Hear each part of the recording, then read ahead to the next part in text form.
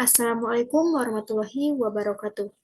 Perkenalkan, nama saya Eli Sitianurjana dengan NIM 340-221-0404 dari Manajemen Reguler L. Video ini dibuat untuk memenuhi salah satu tugas mata kuliah literasi digital.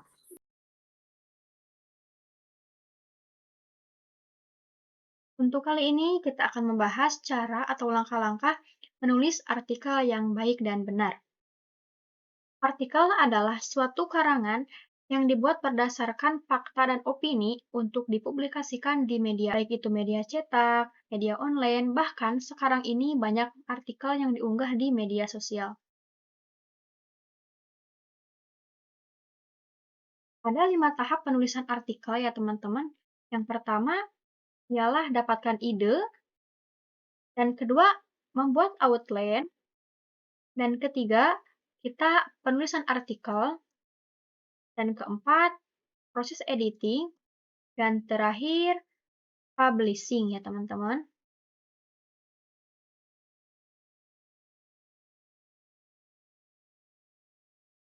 Banyak cara untuk mendapatkan ide untuk artikel atau tulisan kita ya teman-teman.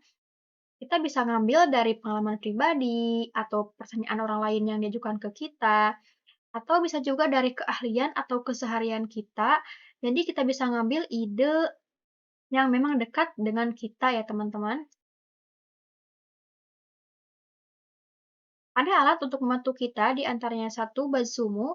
Bansumu ini adalah alat untuk membantu kita mengetahui konten-konten apa saja yang sedang populer atau viral di internet.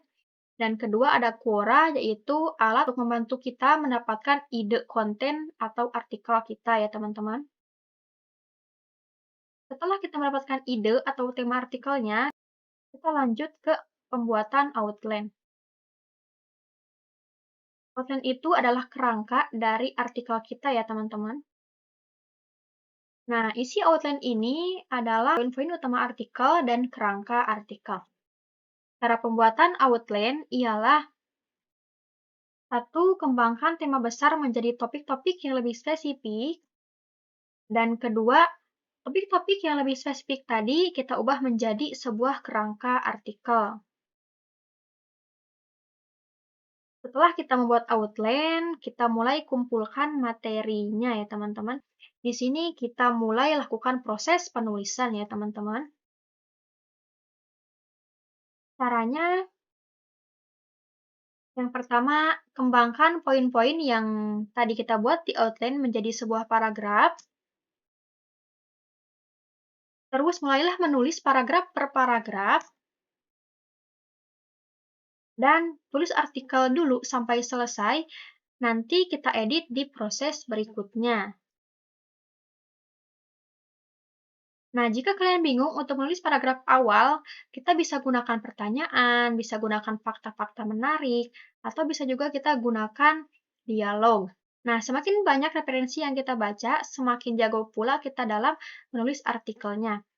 Berbicara tentang referensi, kita bisa menemukan artikel yang berkaitan dengan topik artikel kita dengan Google Scholar dan aplikasi Publish or Perish. Nah, pembahasan Google Scholar dan aplikasi Publish or Perish saya sudah buat video sebelumnya.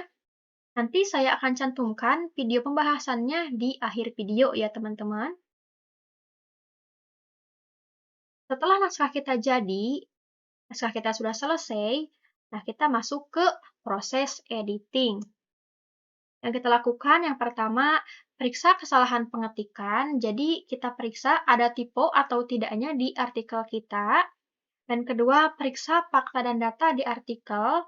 Ketiga, periksa kalimat, enak enggaknya ini kalimat dibaca di artikel kita. Dan keempat, periksa juga struktur artikel. Nah, ada tips untuk menulis artikel ya teman-teman. Pertama, gunakan kalimat-kalimat yang relatif singkat, jangan terlalu panjang. Kedua, gunakan dan tempatkan tanda baca dengan baik, supaya pembaca lebih enak membaca artikel kita.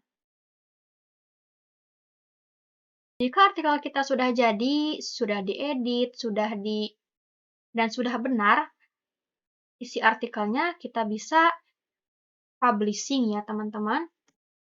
Nah, untuk publish artikel kita bisa di website, bisa di media cetak, atau bisa juga di sosial media. Nah, untuk publish di website, jangan lupa kita tambahkan gambar ya teman-teman di artikelnya supaya artikel kita jadi lebih menarik. Jadi itu dia teman-teman cara untuk menulis artikel.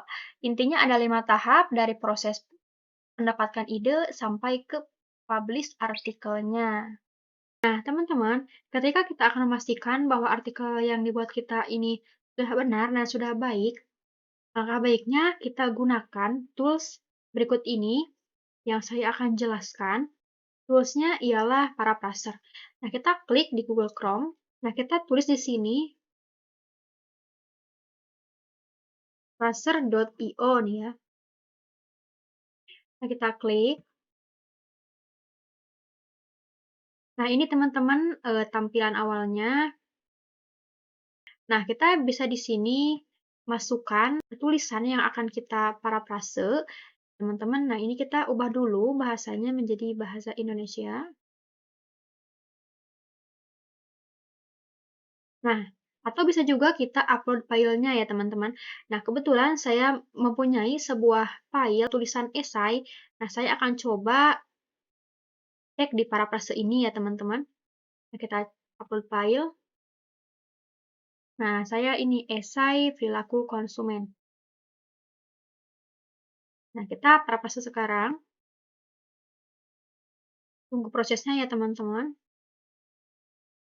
Nah, ini hasil dari teks parafrasenya ya teman-teman.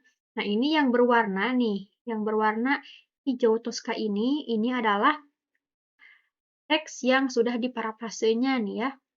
Kalimat sebelumnya saya menuliskan kalimat merupakan, sedangkan sudah diparafrase menjadi kalimat adalah ya teman-teman. Nah, ini bisa kita copy atau simpan, atau bisa juga kita hapus ya teman-teman.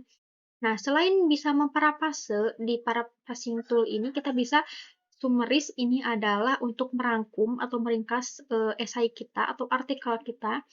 Nah, ini untuk cek plagiarisme dan ini untuk pemeriksaan tata bahasa ya teman-teman. Nah, kita coba ringkas esai ini.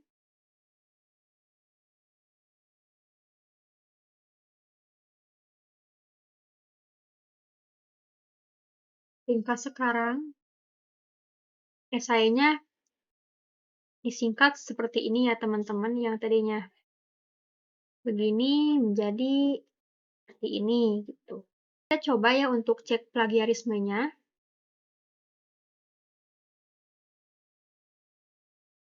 Cek plagiarisme.